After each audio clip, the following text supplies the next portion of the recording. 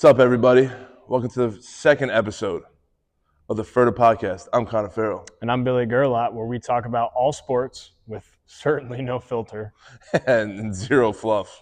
Yeah, and I mean, there's going to be no filter when we play some videos that we have shared towards the end of the video. Yeah, and that's going to lead us to like our championship mentality, what we were thinking about when we were going into last Friday.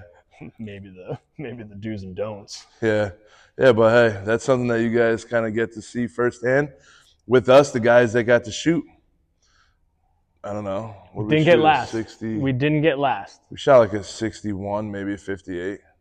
Yeah, we didn't get last. That's all that matters. Yeah, but no, I mean, that kind of, ties into what this episode is about. And we were talking about this episode a little bit yesterday, and we're super excited. So episode 2 is going to be, what we feel is, creating a championship mentality, championship mindset. That's a championship mindset right there. Dang. That's pretty clean. That's pretty clean. I mean, we both have pretty much won championships over our careers in our lifetime. Yep. I like to say every day I wake up, I'm a champion. So, I mean, I think you could kind of agree with that. And yeah, for sure. I won one. I think we're wearing our respective and most recent, well, I wouldn't say most recent, but our championship team attire. Outfits. Yeah, and I mean, that's no knock on, Penn State. I played in 2 Big Ten championships with the Nittany Lions, fell to the Nebraska Cornhuskers, but that was, a really cool environment. But no, this past year at Kent State, very fortunate enough to win the MAC regular season title. We shared it alongside Miami of Ohio. But, at the end of the day, it's still hardware. It's still 100%. Hardware, and it's going to be cool. I actually just put in my, my ring size, so I'm excited to see what that looks like. But, at the end of the day, and we were talking about this, as we were planning this episode and all that, like, I feel the championships that you win as a team kind of comes from, the championship mindset that each individual player has. Yeah. Right. So I'll kind of let you kick it off. So like, what do you feel, whether it, your daily life, when you played, coaching now too, like, what do you feel are the core principles of a good, positive championship mindset? I mean, I think just from my own experience, it was how you prepare. Mm-hmm. It starts with preparation. Overall, how you prepare, your eat, your nutrition, your sleep cycle, your weight room routine, and how you go about it. Me being a pitcher, once upon a time a hitter, you wanted to make sure that you're preparing, A+ stuff and visualizing that success. So it comes with the mentality that we're going to talk about, which is, visualizing success. For sure. I can tell you one thing, my championship with Danbury in 2021 was kind of, that one hit a little bit differently. Yeah. We kind of came out of, nowhere in a way where we had like 7 or 8 grand slams. I mean, that's sweet. They ended up calling us Slamberry. Yeah. And that's kind of where we got to last year. And, Yep. Just having a little bit of that grit and that fun, but also the chemistry with the guys and understand that, like, hey, you're here for a short time. Mm-hmm. They just gelled so fast. I mean, and then you had guys that actually wanted to win a game and be successful at that level because they knew what it took to be at the level of the NECBL, which is, a top-tier league in the nation. In order to get to that level, that almost jumps you into where you're going to go in the future. Right. There's a lot of kids on that team, that are playing pro ball right now. Nicky LaRusso's with the Mets. Jack Payton, Luke Schliger, they're with the San Francisco Giants. I mean, Coleman Pickard, he's with, the Kansas City Royals. All those teams have won World Series. Yeah. So they gained another champion. But those guys in particular, how they prepared, for myself from a coaching standpoint. Yeah. They prepared differently. They took their BP differently. Mm-hmm. Coleman as a pitcher went through his pregame routine differently than every other team or program I've been around. Yeah. With obviously what we just spoke about is the success we had in 2021. And, that was somewhere we had a little kinks in the story. in order to get to play North Shore Navigators in the championship, we had our bus breakdown the night before the championship coming back from Martha's Vineyard. So, Yeah. For those that don't know, the NACBL is from all over New England. So we went from playing in Martha's Vineyard the night before the championship series started. I was walking in the door not far from here at 7 o'clock in the morning just to get back in the bus by 11 o'clock to go play a championship. That's crazy. So, and, obviously, like, I was on, the teams prior to that championship. yeah. And, that team has a lasting impact, being the only championship that organization has won. Mm-hmm. We were close in 23. Yeah. Obviously, made it to the semifinals and all that fun stuff, but, fell short to, Newport and, unbelievable organization that they've, had over the last couple of years, making, 100%. Just a bunch of dogs. Yeah. You know what I mean? But, I can kind of chime in on a lot of that stuff too. Especially like this most recent, especially being in the locker room as a player. Yes. At Kent State, and I feel like the biggest difference for me was, they truly do say when you're in a mid-major program, that it does mean more, right? And honestly, shout out to the coaching staff that we had at Kent State. They prepared us, really, really, really heavily in the fall. They kicked our butts. Yeah. But also too, like, just the buy-in that we had as, individuals and stuff. And I'll get into, examples, because there's unbelievable examples from that team that, we can talk about, like, just unbelievable competitors, unbelievable, guys with, unbelievable mindsets and all that. But I kind of have a story. So, we started off the season, kind of rough, and, we were projected to win the MAC outright. We had votes for, first, second, third, like we were heavy favorites. And, if you guys don't know, Kent State is a very well-known mid-major program out of Kent, Ohio. A bunch of, championships. I believe the one that we won today was the 17th conference regular season title, which, that's just an unbelievable winning program, and, and Jeff Duncan does an unbelievable job out there. But we started off the season kind of slow. We had a tough, opening, first couple weeks. And, I feel like each team has, those, hiccups when they're, trying to build their identity and all that stuff. And, we were out in Bowling Green. It was cold. It was miserable. And, we weren't happy with, how we were performing. We were very, very, very player run program, which I think we can, really talk about that as well. But, we had a team meeting that was held in, my room in the hotel at Bowling Green. And I think after we had that team meeting where we really came together, I think we rattled off like 25 out of our last 27. I think we went on like a 17-18 game win streak. Like, we couldn't lose. And just since then, like, it was just like, whatever, flipped, it just helped. And I feel like that is, very, it's all from the, the guys that we had in the locker room. We had guys that wanted to show up every single day, day in, day out, want to work, want to get better, want to learn from each other. Yeah. And it was just unbelievable. And I think the culture and, the mindset that we had at Kent State was just, unbelievable. And, those are the memories that, you cherish.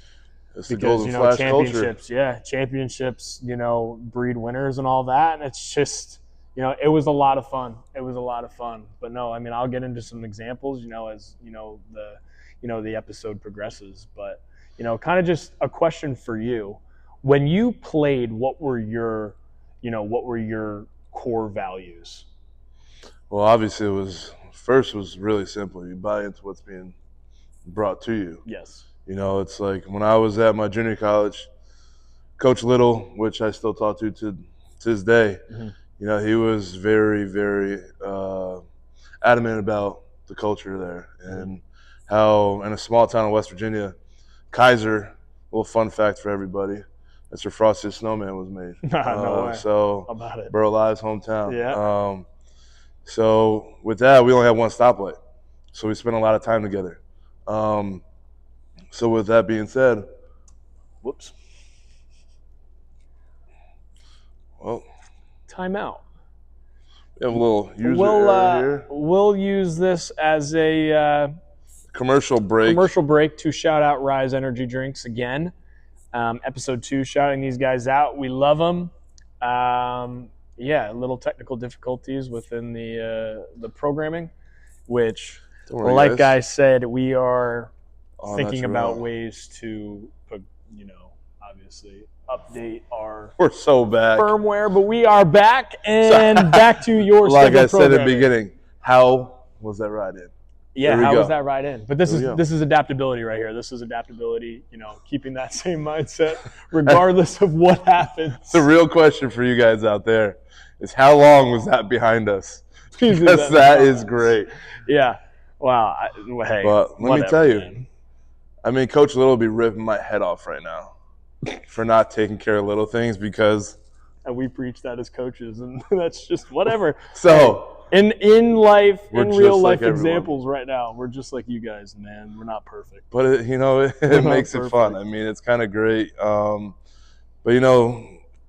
at Potomac State, I was going in as a freshman, and I was like, all right, this is one of the top junior colleges in the nation. Mm-hmm. And I'm a kid from Connecticut where I knew it was going to be a complete culture shock. So for me, as a player, I was sitting there, all right, well, what were my biggest things I want to do? Mm-hmm. I latched on to a couple bigger guys, a couple of sophomores that were there.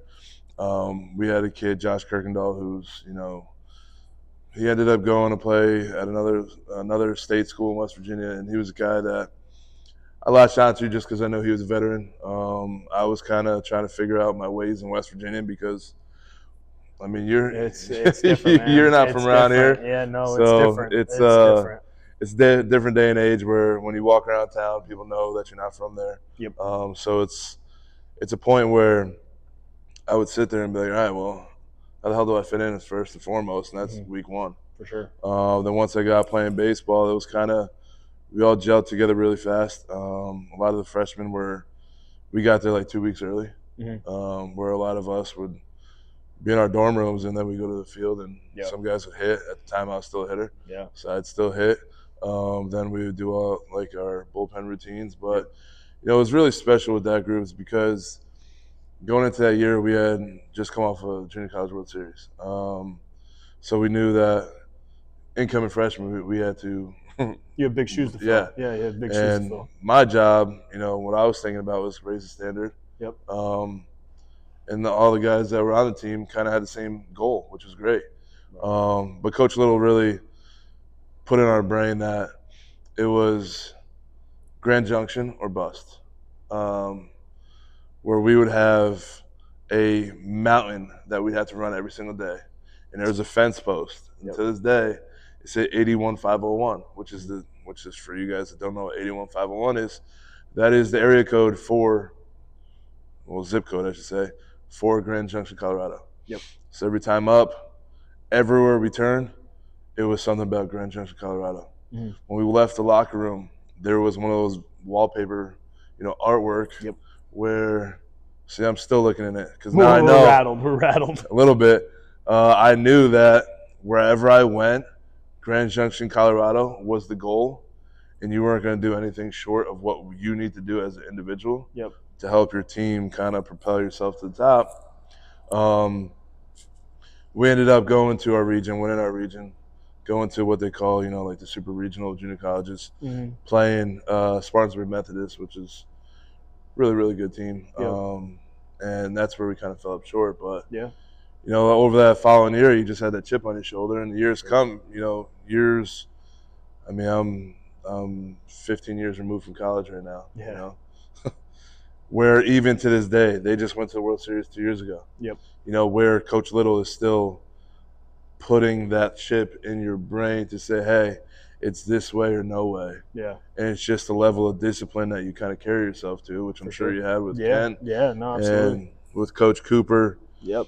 I mean, Jeff Duncan, former big leaguer. Yeah. How cool is that? Yeah, I mean just we would be in Edmonds, our hitting facility, and he would just tell us, we're like, hey Dunk, where, like, what are your best ABs? And he's like, oh, I just got hits off of, Greg Maddux and all that stuff. And he'd whip out his phone and he would show us a video of him getting a base hit off of Greg Maddux. So you had Jeff Duncan. I had a guy named John Kruk at my school, which is pretty cool. Yeah, so that's sweet.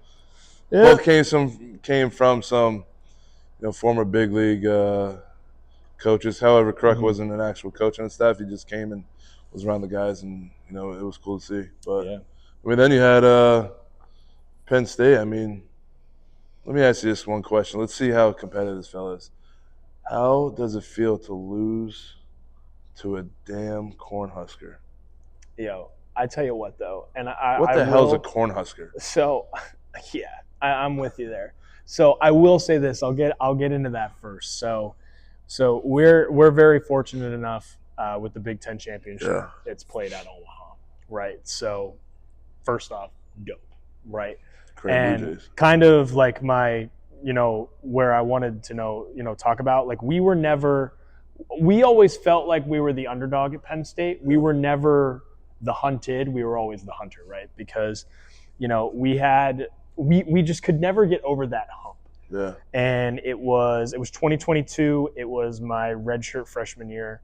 My first full year playing. We got into the Big Ten tournament. It was the first time since like 2012. So it was a big deal. And then, we upset Iowa in the first round. And then, we ultimately lost to, I believe it was Illinois in the second round. And then we ended up losing again to Iowa. So that first year was like, okay, cool. Like we are, we put ourselves on the map. Yeah. Like how can we get back? Kind of like that mindset that you were talking about. And then my senior year in 24, first year under Coach Gambino, we made it back to the Big Ten tournament. Yeah. And, we wiped the floor. We were the undefeated team. It honestly felt like everybody, was, kind of scared to play us. Don't worry about that. We'll figure that stuff out. But for the first time at Penn State, it felt like, people were scared to play us, right? And then obviously, we ended up matching up with Nebraska in the Big Ten championship game. And, most of the conference tournaments, are, best of 3 series. The undefeated team has to lose twice, not in the Big Ten. It's a winner take all. Dog eat dog. And, we matched up with Nebraska, and obviously Lincoln's an hour down the road from Omaha. So we played in front of 4,000 fans, and they're screaming, "Go Big Red." Like, it's very hostile environment. And we ended up losing that game 2-1. But just it really set the precedent and the trajectory of where that program is going. So I'm super proud to be an alum of Penn State, of that organization. Obviously Coach Cooper and that staff recruited me and gave me the opportunity to play Division I baseball.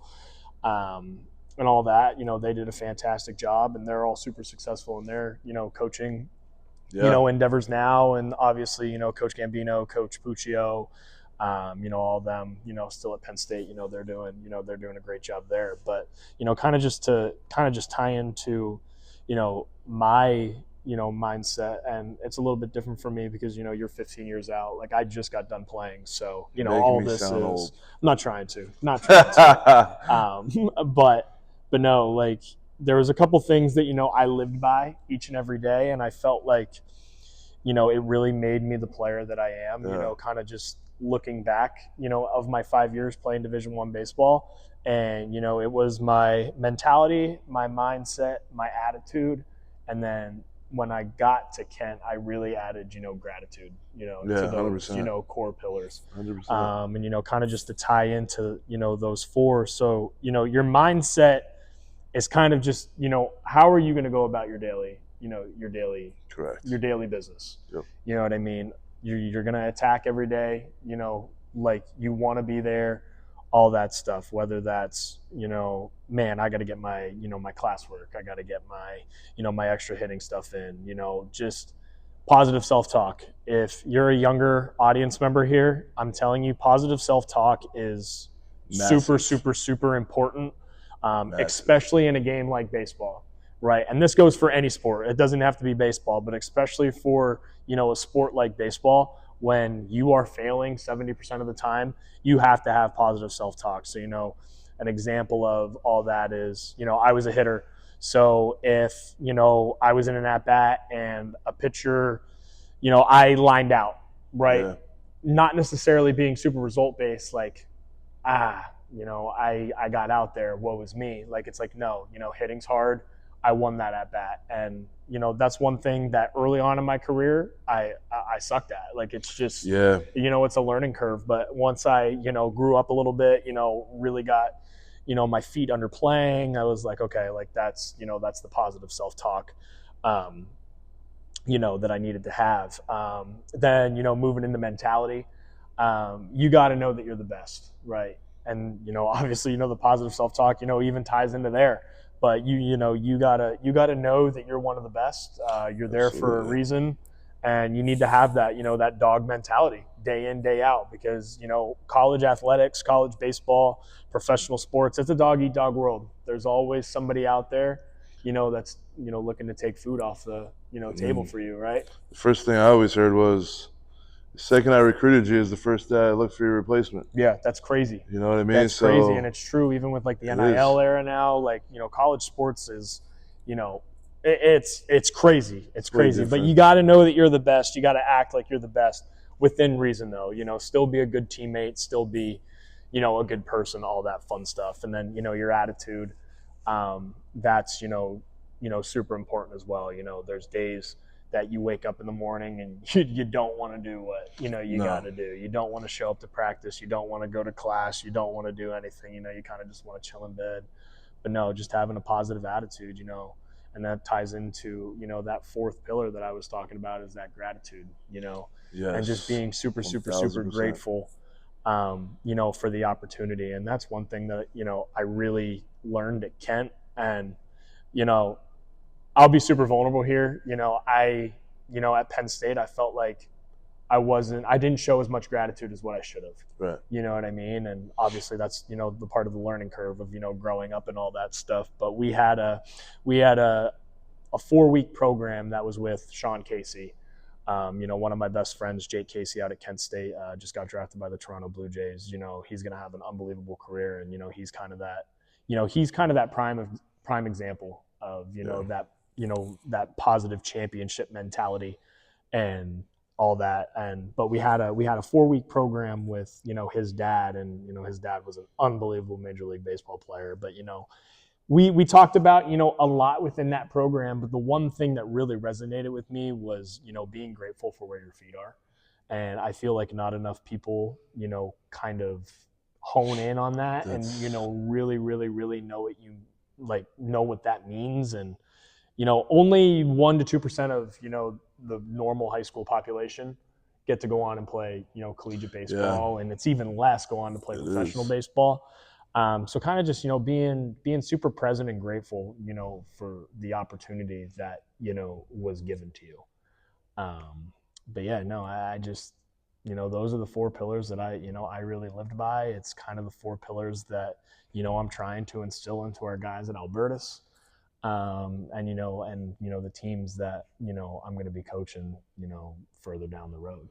Yeah, because that's a big piece of the puzzle. Yep. Like I even say to our younger guys that come in here, be grateful, but also be where your feet are. Because if you're not where your feet are, then how are you grateful for something? Yeah, you can't be. It's impossible. It's impossible, and I've been there. So we end normally like a lot of our, at least I know me personally, a lot of our camps, clinics, and lessons and whatnot, go home, thank you mom and dad. Yep.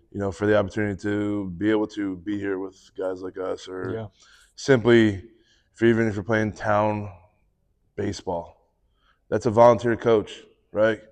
Go be grateful for him as your coach. You know what I mean? Like, you never know what someone could be dealing with in order to get to, that level of success. For sure. Some people could be doing it for their own personal accolades, or they could be doing it to, get out of a situation. For sure. So that was one of the things where, I loved about like my junior college, and I always talk about junior college a lot because it Yeah. was a very, very close knit type of guys. Yep.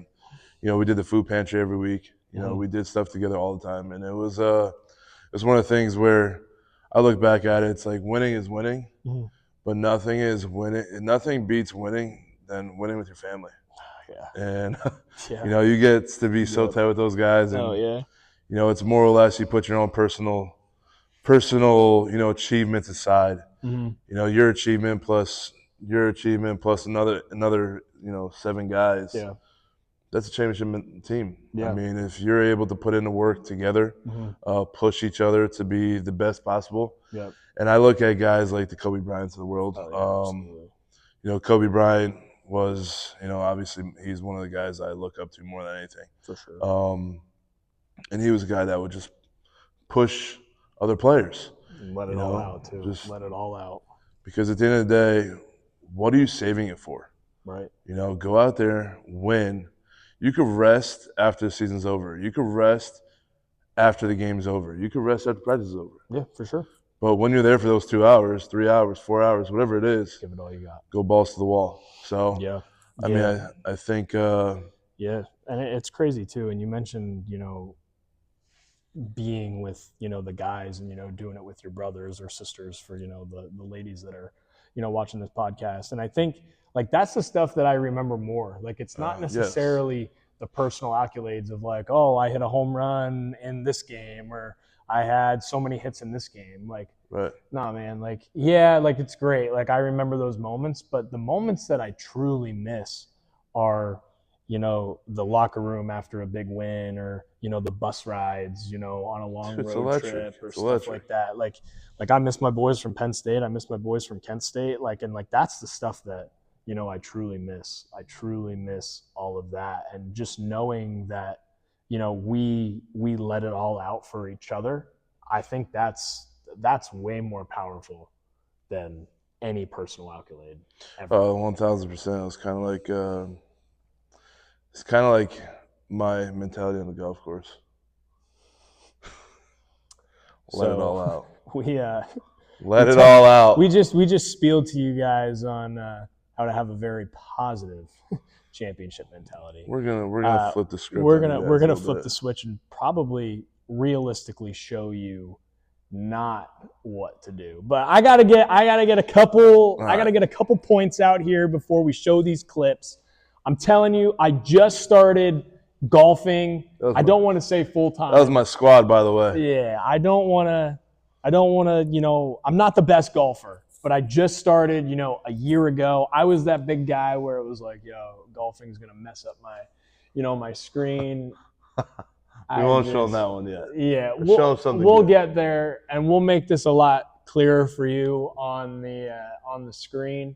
But I'm telling you, I get like a roadblock when I get out on the course, when it's real grass, all that stuff. Look at that practice swing. Hold on. Dude, the practice swing is there. Wait, it's we're actually legit. Go rip it. That was pretty good right there. It was. Oh. Here, come closer with us. Jeez. Drive away, let me hide. Put on the act, I'm best friends with the beast that got inside of me. So I drive. Now you got it. Go. You good? Go get it. Who cares? Go. No. If you think we're gonna score everything, you're tripping. It's going right left.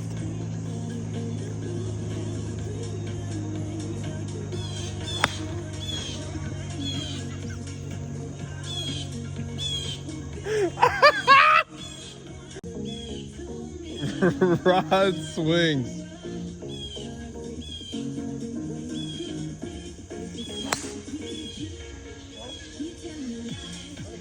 Don't let them forget you, 'cause I see a spark. You can light up the dark. There's a fire in your heart that can grow. 'Cause I see a spark. You can light. Bill, what do you guys say to the people of the Ferda pod? I'm a little sped up right now. Can't lie to you. We had a beverage break, and it's gone downhill. Rod swings. But Rod swings is playable. It's just checked in, Rod. All right, here we go. No, that's way gone. Did you see that thing? It was hammered. Hey, Billy, at Ferda Pod. For the pod. Gotta slow my swing down. Think like Tiger Woods. Don't hit the backswing back here. Here we go.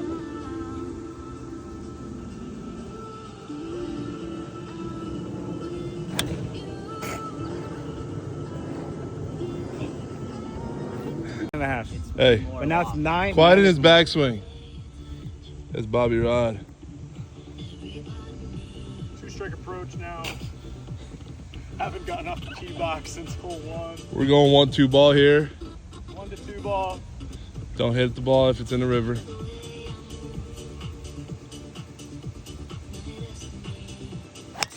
Oh. I don't care where it lands. That swing was gorgeous. It's right down Broadway. Let's go. That's what.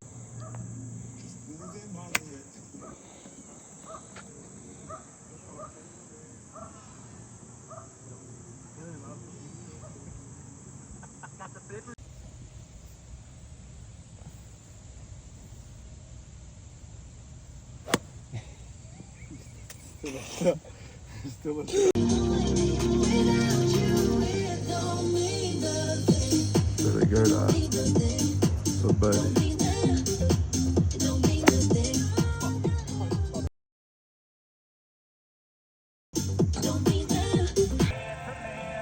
That's the flag over there. What flag? That look good.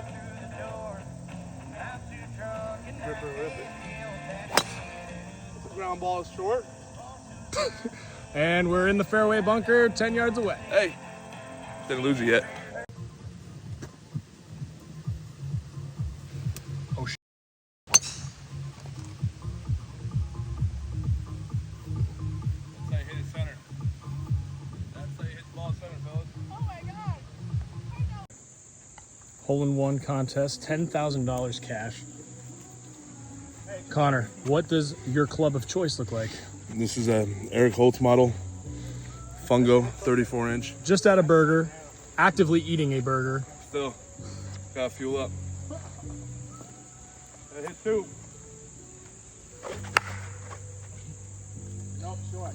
And we're short. Plug one. The worst part about it is there was like 7 or 8 holes where we didn't film, and our shots were great. Like we were actually lights out, and that's the worst part about it is that we want to make you guys laugh, and we only care about that. But yeah, no, maybe a redemption tour coming soon. Yeah.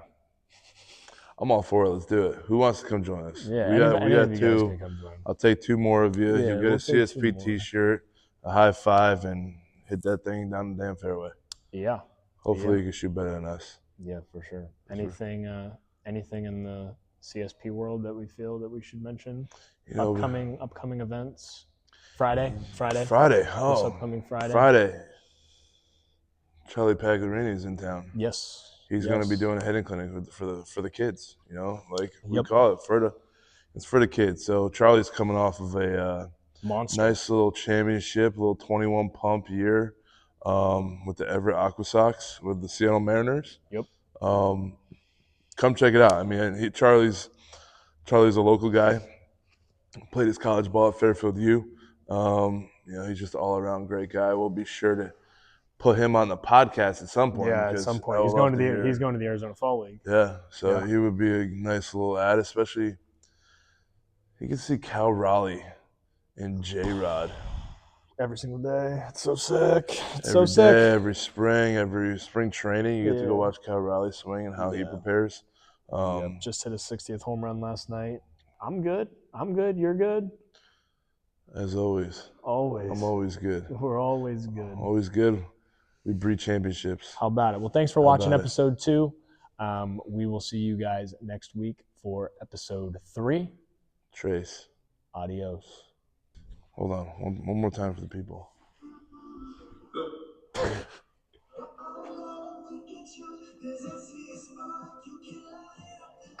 Yep. Yep. I'll see you next week.